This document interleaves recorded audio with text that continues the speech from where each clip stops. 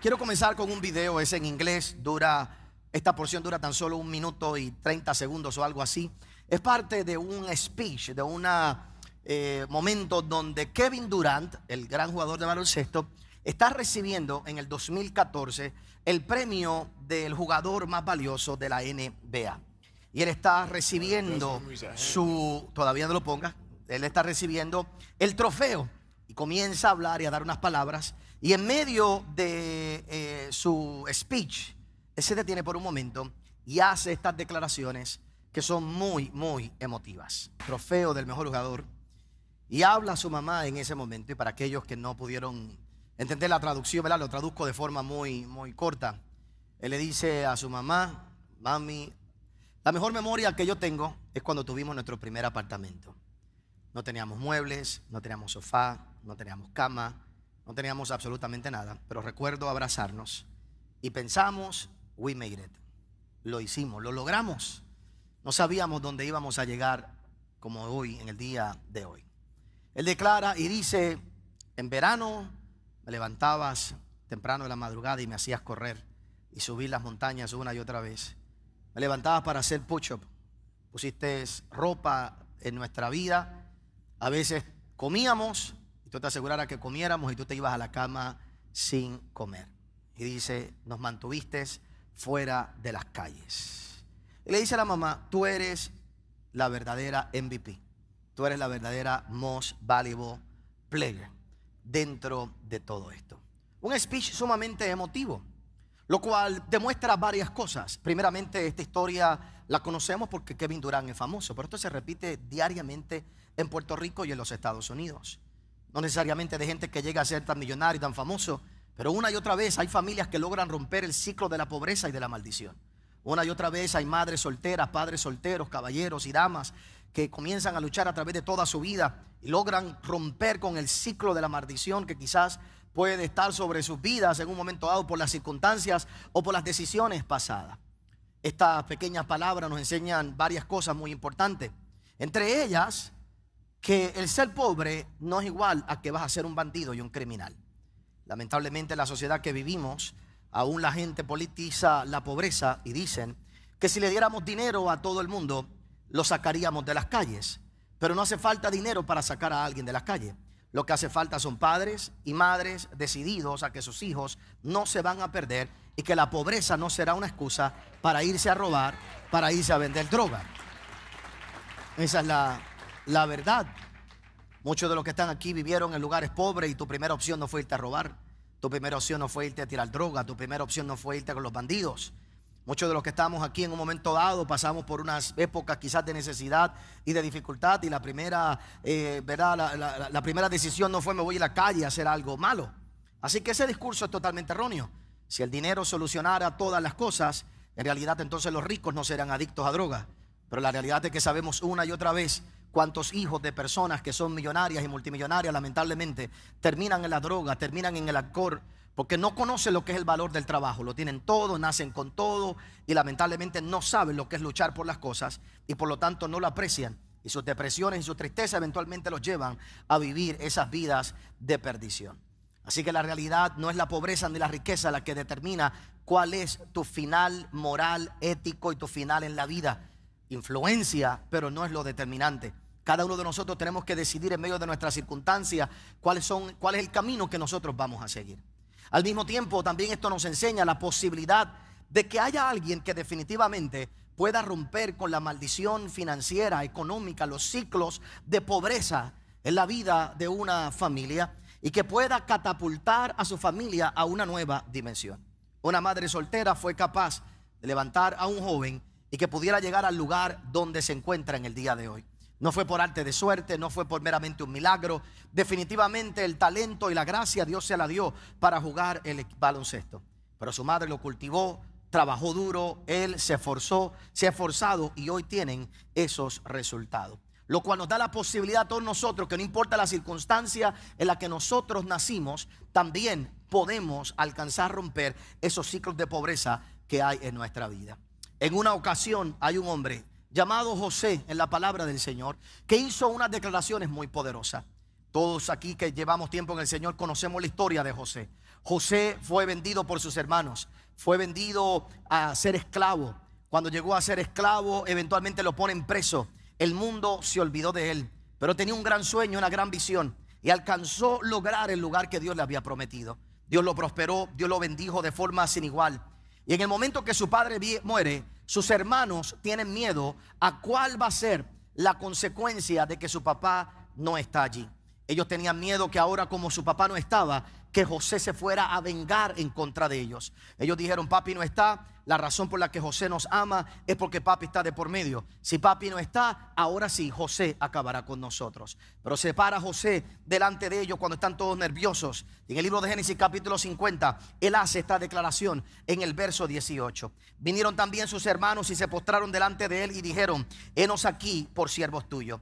Y le respondió José: no temáis, ¿acaso estoy yo en lugar de Dios? Vosotros pensasteis mal contra mí, mas Dios lo encaminó a bien para hacer lo que vemos hoy, para mantener en vida a mucho pueblo, para mantener en vida a mucho pueblo. Dios te quiere prosperar para mantener en vida con mucho pueblo. Mira lo que dice el verso 21. Ahora pues, no tengáis miedo, yo os sustentaré a vosotros y a vuestros hijos. Y así los consoló y les habló al corazón. No teman, yo los voy a sustentar a ustedes y tus hijos. Tú sabes que Dios te pueda prosperar y llegar a un nivel de bendición en tu vida, que un día tú puedas decirle a toda tu familia: tranquilo, todo lo que nos pasó, el divorcio que tuvimos, la mala vida que nos dieron, los problemas, que todo eso Dios lo usó para bendición. Aquí estoy, que tus hijos no se van a morir de hambre. Mientras yo viva, mientras yo esté vivo y mientras mi memoria esté viva, todos nosotros vamos a tener que comer, todos nosotros vamos a tener protección. Habrá alguien aquí que pueda soñar que algún día tú vas a poder decirle esas palabras a tu familia. Tú sabes que Dios te pueda prosperar y pararte delante de todos ellos, tus sobrinos, y decirle: ¿sabes qué? Dios me ha bendecido tanto, Dios me ha prosperado tanto, que yo los voy a sustentar. Yo voy a cuidar de ustedes. Y mientras yo viva y mi memoria esté viva, yo los voy a cuidar a ustedes. Dios puede cambiar la situación de una familia de tal manera. Y de eso vamos a hablar en los próximos minutos.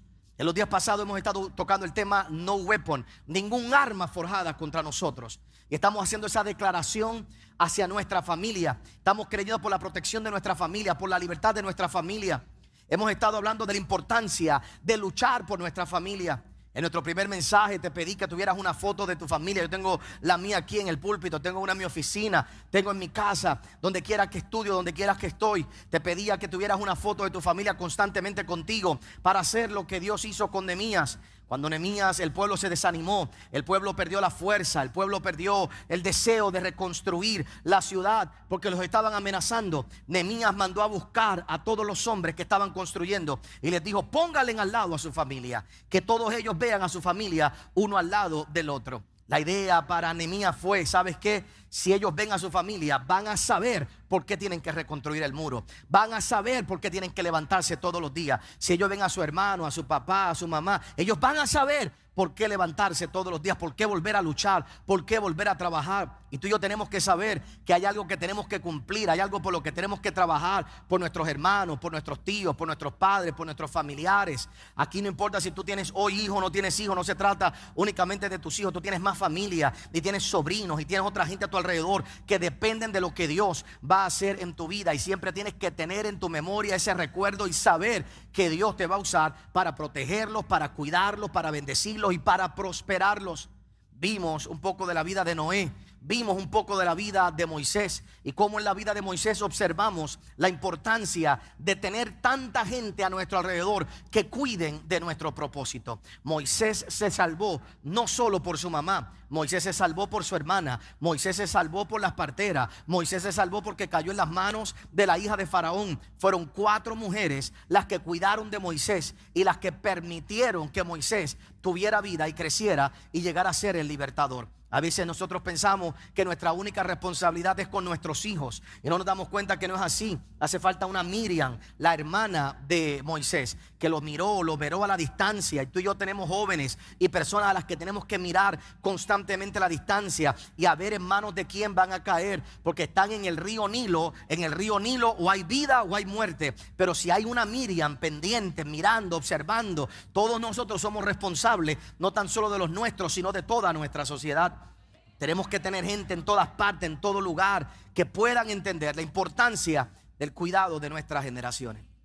Hoy vamos a hablar un poco de la libertad económica y de la vida de José, y ver unos principios que pueden transformar tu vida para siempre y lograr alcanzar esta grande victoria.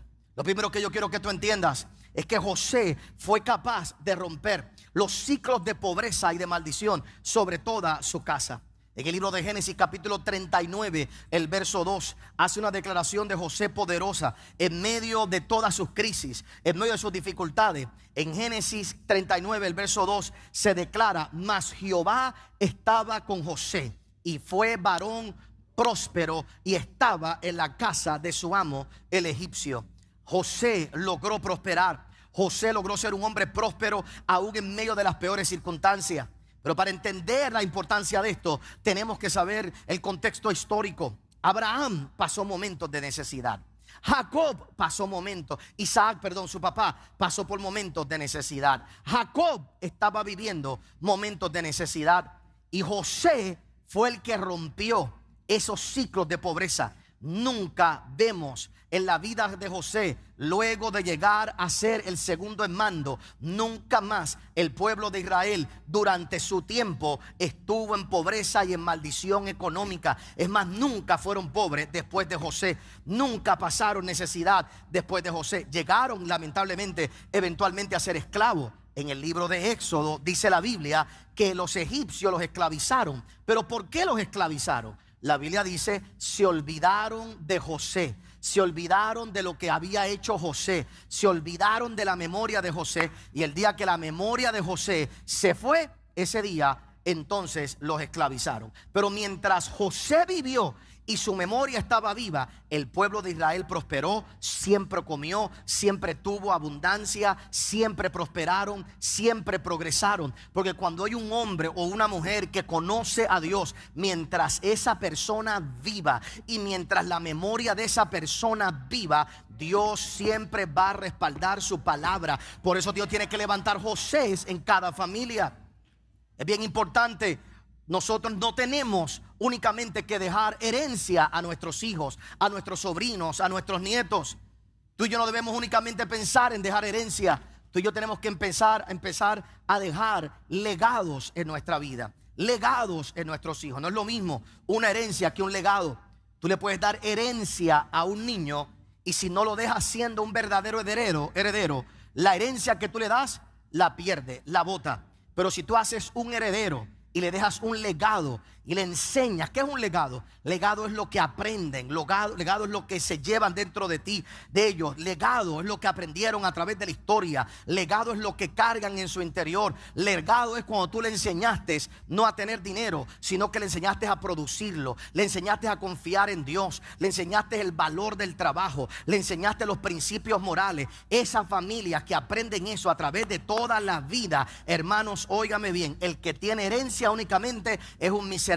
Porque si tú tienes a alguien que tú le dejaste herencia y no le dejaste un legado de cómo multiplicarlo, de cómo trabajarlo, de cómo lucharlo, de cómo vivir los tiempos de crisis, lo desperdicia. Pero creo con todo mi corazón que Dios siempre levanta y puede levantar en cada familia personas como José, que en medio de sus crisis financieras ponen una pausa y dicen: ¿sabes qué? Desde aquí en adelante, mientras yo viva y mientras mi legado esté vivo, mi memoria esté viva, mi familia siempre tendrá que comer, mi familia siempre tendrá en donde vivir. No vivirán en maldición, sino que vivirán en bendición. José logró hacer todas esas cosas. Hoy tú y yo tenemos que decidir en el día de hoy que a pesar de nuestro pasado, de nuestros problemas, de nuestras dificultades, tú y yo tenemos que promover la libertad a la que Dios nos ha llamado y saber que tenemos que vivir ese sueño tan grande que haga que nuestra familia sea completamente libre. Ahora preste atención para orar en unos minutos. La historia de José es fascinante. Y hay tantas cosas que podemos aprender de ella. Porque hubo un día que José llegó a tener todo lo que quería. Hubo un momento donde José llegó a no tener necesidad. Aquel que había sido vendido como esclavo, aquel que habían llevado a la cárcel, un día lo sentaron al lado de Faraón. Y un día Faraón llamó a José y llamó a todo el pueblo. Ahora piensen, José, llevas 13 años vendido por tus hermanos, esclavo, te han acusado negativamente, falsamente terminaste preso, todo lo que puede haber en su corazón. Y un día Faraón lo llama y le dice a todo el pueblo, lo pone a él en el segundo carruaje y dice a todo el pueblo: cuando José pase, todo el mundo se dobla. Todo el mundo se dobla. Ahora aquel que había sido esclavo y pobre sale y todo el mundo se doblaba delante de él. Todo el mundo se doblaba delante de él. Ahora imagínate aquella imagen. Imagínate lo que podía estar pensando José cuando salía con su carruaje y Egipto tenía que mirarlo y se doblaba delante de él. Aquellos que conocemos la historia sabemos que en una ocasión José, 13 años antes, había visto el sol y la luna y las estrellas que se doblaban delante de él. Y es muy interesante que ahora el mundo completo se doblara delante de él. Pero oiga bien, José corría en su carruaje y Egipto completo se doblaba delante de él. Pero eso no fue el sueño. José estaba en el tope del mundo, pero le faltaba algo. Le faltaba a su familia. Y tú no puedes pensar que llegar al punto donde el mundo se doble delante de ti, que tú llegues a pensar que llegaste a tu sueño. Tú no puedes pensar que simplemente porque ahora estás sentado o estás caminando en el segundo carruaje de Faraón y el mundo completo lo dominas, que realmente lo hiciste. Yo imagino a José sentado en las mesas largas de Egipto y mirar a su amigo, a su amiga, al jefe de la agencia tal, aquel, al grupo, y mirar la mesa gigantesca que había allí llena de comida. Y yo imagino que lo único que pensaba es: ¿y dónde está mi familia? ¿Qué será de la vida de mi papá? ¿Qué será de la vida de mis hermanos? ¿Qué será de la vida de mis sobrinos? ¿Qué será de la vida de aquellos que, aunque me fastidiaron, porque la familia fastidia, aun cuando tengo tanto, todo lo que tengo no sirve si ellos no están?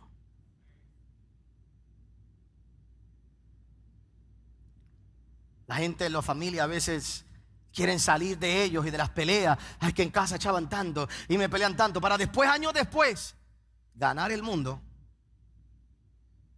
y ver la silla vacía y pensar: ¿y dónde está mi familia? ¿Y dónde están los míos? El sueño de José no era que el mundo se doblara delante de él. El sueño de José que Dios le dio era que su familia estuviera con él. El problema de muchas personas es que viven tantas tragedias, tantas dificultades, que lo que buscan es la libertad para ellos, sin darse cuenta que todo lo que Dios quiere hacer contigo en tu vida y prosperarte nunca es solo para ti. Tu sueño de libertad económica, tu sueño de prosperidad debe ser más grande que tener un carro, debe ser más grande que únicamente tener una casa, debe ser más grande que simplemente tú poder poner comida sobre tu mesa. El sueño de cada uno de nosotros debe ser en el día de hoy. No hay nada malo con disfrutar, no hay nada malo con gozar, no hay nada malo con prosperar y tener un poco de disfrute. La Biblia dice que qué bueno es que uno pueda disfrutar del bien de su trabajo, que uno pueda, eso lo dice la palabra del Señor. No hay nada malo, pero tú tienes que ir mucho más allá de eso.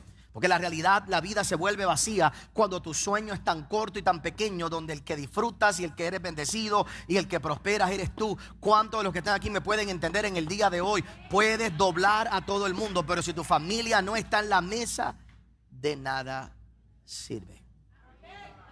De nada sirve. Y hay un momento donde Dios nos quiere llevar a todos nosotros para poder entender eso, para llegar a ese punto. Lo más grande de lo que Dios quiere hacer delante de tu familia es prosperarte por una razón. La prosperidad de José demuestra varias cosas poderosas. Una de ellas es la que yo quiero resaltar tan solo en el día de hoy. La prosperidad de José demuestra que Dios es capaz de algo malo sacar algo bueno.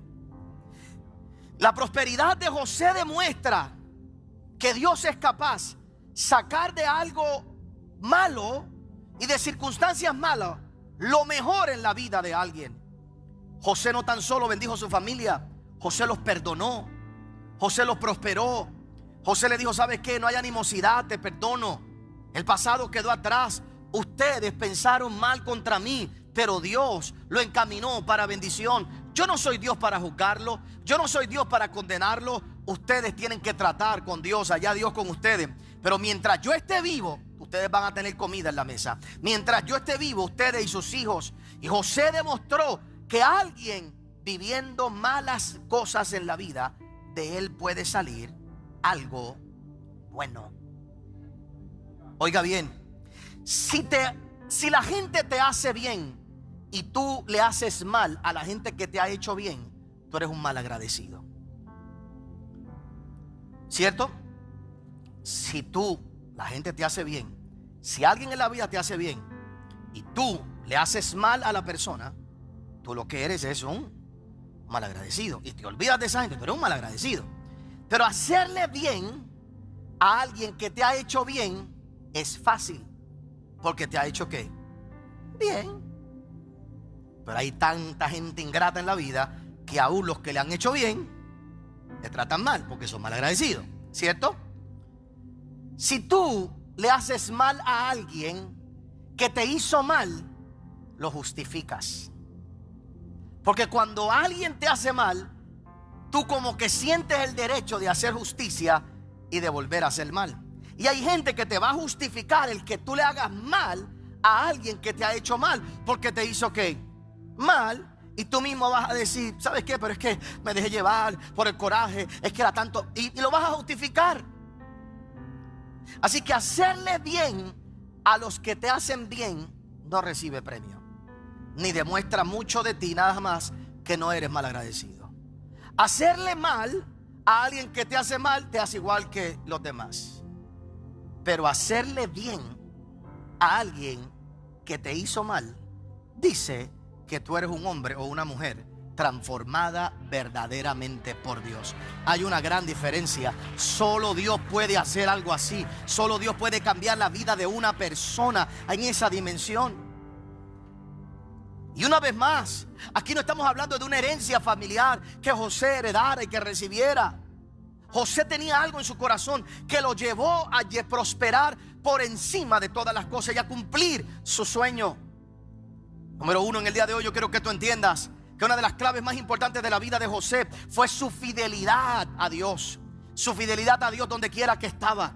Su fidelidad a Dios donde quiera que se encontraba. Su fidelidad a Dios en lo oculto, cuando nadie lo veía, cuando nadie lo miraba, cuando nadie estaba allí. Él todavía seguía siendo fiel. Cuando podía salirse con la suya y pecar con la mujer de Potifar y nadie lo iba a ver, allí él le era fiel. Allí le fue fiel a Dios. Cuando nadie lo miraba, cuando nadie lo veía, cuando nadie lo observaba, allí le fue fiel a Dios. Toda persona que aprende a serle fiel a Dios, aun cuando el mundo no te ve, aun cuando te podría salir con las tuyas, eventualmente Dios lo va a recompensar. Oiga bien, no te estoy diciendo que todo te va a salir bien de manera inmediata. No te estoy diciendo que no vas a pasar por dificultades. No te estoy diciendo que no vas a pasar por problemas. A veces hacer el bien hace que te metan en la cárcel, como le pasó a José. Hacer el bien, terminó él en la cárcel por un tiempo, pero Dios no se olvida de aquellos a los quien Él ha visto en secreto. Aquellos que aprendemos a pelear nuestras batallas en secreto. Aquellos que aprendemos a hacer el bien en lo oculto, cuando nadie nos ve, cuando nadie te va a dar un premio. Esa gente es la que Dios termina recompensando. Tú quieres ser ese José libertador para tu familia en el día de hoy. Aprende a serle fiel a Dios cada momento de tu vida, cuando la gente te ve y cuando la gente no te ve. Sé íntegro en todo lo que haces. Número 2, algo que aprendió José es algo que mucha gente no aprende en la vida, y es a ser fiel con lo que otro ha puesto en tu mano. José nunca fue dueño de nada. Una de las peores cosas que hay a veces en la conciencia de la gente es que la gente quiere ser dueña, dueñas, dueños. Yo quiero tener lo mío. Y a veces en la búsqueda de lo mío, únicamente me conformo con cosas pequeñas, sin darme cuenta que la gente más grande, a la ley del apóstol, no son dueños de nada. Lo que saben es administrar lo que otros ponen en las manos de ellos. José, le pusieron en las manos de José las ovejas de su papá. Nunca fueron sus ovejas, pero él las cuidaba mejor que cualquiera. Lo metieron en la cárcel, en la casa de Potifar, y lo hicieron ahora el segundo en mando en la casa de Potifar. Nunca fue la casa de él, pero él hizo que la casa de Potifar prosperara. Lo meten en la cárcel y lo hacen segundo en mando, y allí prospera y se hace el número 1. Llega a Egipto y nunca es faraón, es segundo, pero siendo segundo hace que todo Egipto prospere. ¿De dónde salió la prosperidad de José? De que todo lo que le ponían en la mano, aunque él no era el dueño, lo trataba mejor porque él no era el dueño. Y todo lo que pongan en mi mano, yo lo voy a hacer a prosperar. Hay gente que quítate esa mentalidad: estoy haciendo a otro rico, estoy haciendo a otro rico, estoy haciendo a otro rico. Pues óigame bien, tú quieres ser rico, haz otro rico. Tú quieres ser próspero, prospera que otro prospere. Tú quieres avanzar, que otro avance. Y que todo lo que pongan en tus manos, ¿sabes lo que tú tienes que hacer? Lo multiplica.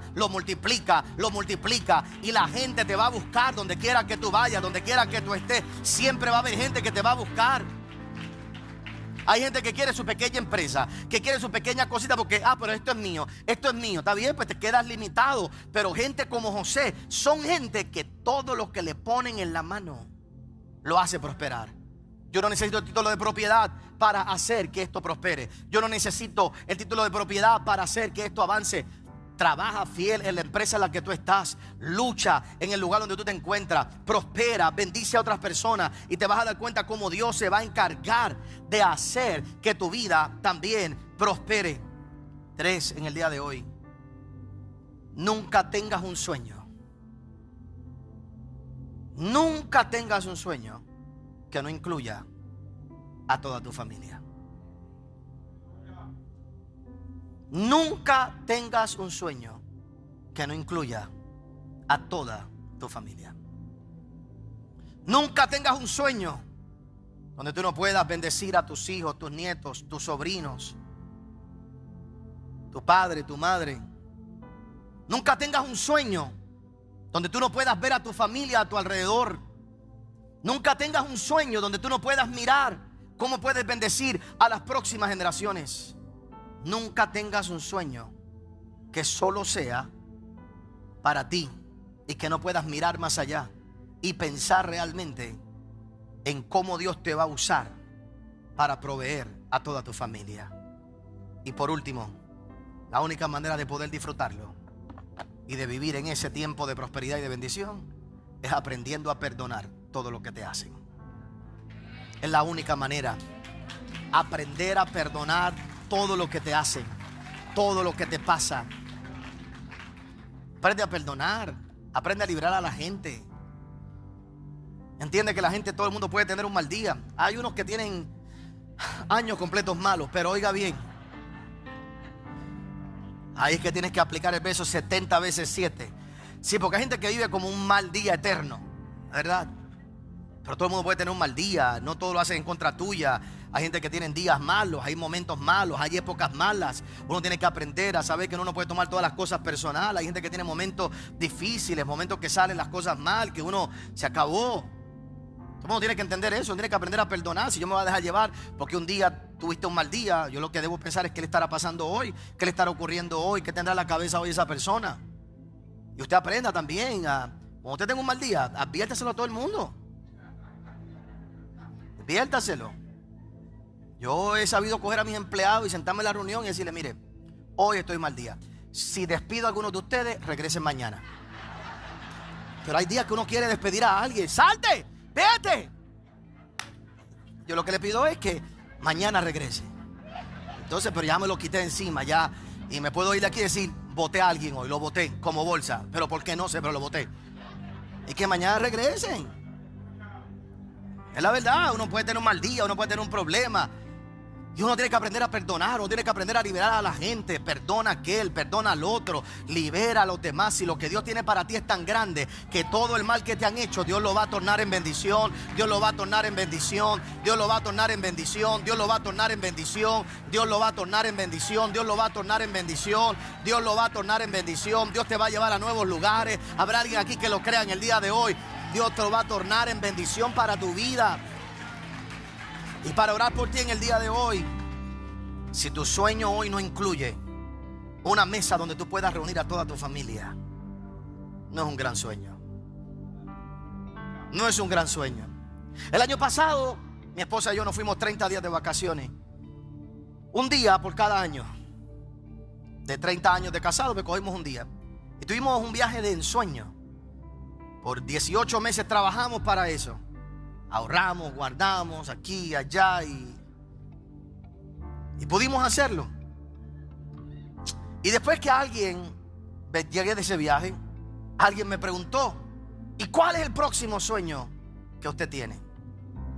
Y le dije que cuando cumpla 50 años de casado con mi esposa, llevarme a toda mi familia, llevarme a mis nietos, a mis nietas, llevarme no sé a dónde, pero que yo pueda tener en una mesa, cuando tenga 50 años de casado, que yo pueda tener a mis hijas con sus esposos, con mis nietos, y si de aquí a allá tengo bisnietos, también. Y que, ¿sabes qué? Yo le decía a ellos, esa persona, y que yo pueda decir que yo pago todo. Que yo me pueda sentar, a lo mejor no tendré una cuenta de banco gigantesca para retirarme ni nada, pero que yo pueda sentar en esa mesa y que yo vea ahí 30, 40, 50 allí. Y que pueda decir, que la ley que a la postre, ¿de qué te sirve que todo el mundo se postre ante ti si el sueño original era con tu familia? Y yo voy a orar por ti en el día de hoy. Dios puede llevarte a ti a romper la maldición generacional de la escasez de tu familia. Y Dios te puede completar ese día. Y oiga bien, cada uno de nosotros estamos en diferentes etapas de nuestra vida. Y voy a orar. Tú no fuiste llamado a sustentar a tu familia, ¿verdad?, más allá de lo que tienes que hacer. José no podía trabajar por sus hermanos. Sus hermanos tenían que trabajar. Pero mientras él viviera, de hambre no se iban a morir. Yo no te estoy hablando aquí que tú tienes que mantener a tu familia. Y eso es uno de los peores errores. Que también en las casas, en los hogares, al que hace las cosas bien, no se premia. Se premia al que hace las cosas mal. Y tenemos gente que siempre está manteniendo al que es bandido, al que es de esto, porque le da pena, porque le da pena, porque le da pena. Y el que está bien, no recibe nunca ni un aplauso. Pero tú no tienes que ser así. Si la gente es así, pues la gente es así. Yo no te estoy pidiendo aquí ni diciendo aquí que tú tienes que ser responsable de todos los tuyos. Pero si Dios te llega a ti a llevar a un nivel donde cuando tú estás, mientras tú estás, tu familia puede comer, tu familia puede vivir, tu familia siempre tendrá un lugar donde ir, una oportunidad. Tu familia tendrá una oportunidad siempre. Las llamadas que más yo aprecio son de mis sobrinos cuando necesitan algo, que llaman a mi esposa, nos llaman. Uno de mis sobrinos quería estudiar y quiere estudiar y es baloncelista. Y una de las mejores, de las satisfacciones más grandes que yo pude hacer en los 2 años pasados con él fue, conocí a alguien que vino a Puerto Rico a través de un amigo y que trabaja en la NBA y se hizo amigo. Y mi sobrino me llamó: tío, ¿tú crees que tú conoces a alguien? Porque eso es algo que todo el mundo cree que yo tengo una varita mágica que puedo. Pero por lo menos, tío, yo quiero ir a tal campamento, quiero ir a tal sitio, ¿tú crees? Y le dije: tengo a alguien, déjame llamar. Y llamé a este amigo y consiguió que mi sobrino fuera a un campamento allá y finalmente terminó en una universidad donde él quería y que pudiera ir. No voy a poder pagar por la beca de él, pero por lo menos el contacto. Entonces, ¿tú sabes lo que qué bendición que Dios pueda llevarte a un lugar? Mientras yo viva, yo nunca seré jugador de baloncesto. No porque no pudiera. Vamos a aclarar, es que dice el pastor. Vamos a aclarar. Pero si puedo ir a ver a mi sobrino algún día. Lo que quiero que entendan en el día de hoy, para poner el balance, no te estoy hablando de que tu familia va a depender el resto de tu vida de ti, pero Dios te va a poner en una posición que los puedes bendecir, que los puedes apoyar, que siempre pueden tocar a tu puerta. Ahí va a haber alguien que pueda orar, alguien que le pueda bendecir, alguien que le pueda dar la mano, y con eso romper el ciclo de maldición sobre todas tus generaciones. Dale un aplauso, Señor, y ponte de pie ahí en esta hora. Ponte de pie, levanta tus manos al cielo, adora al Señor.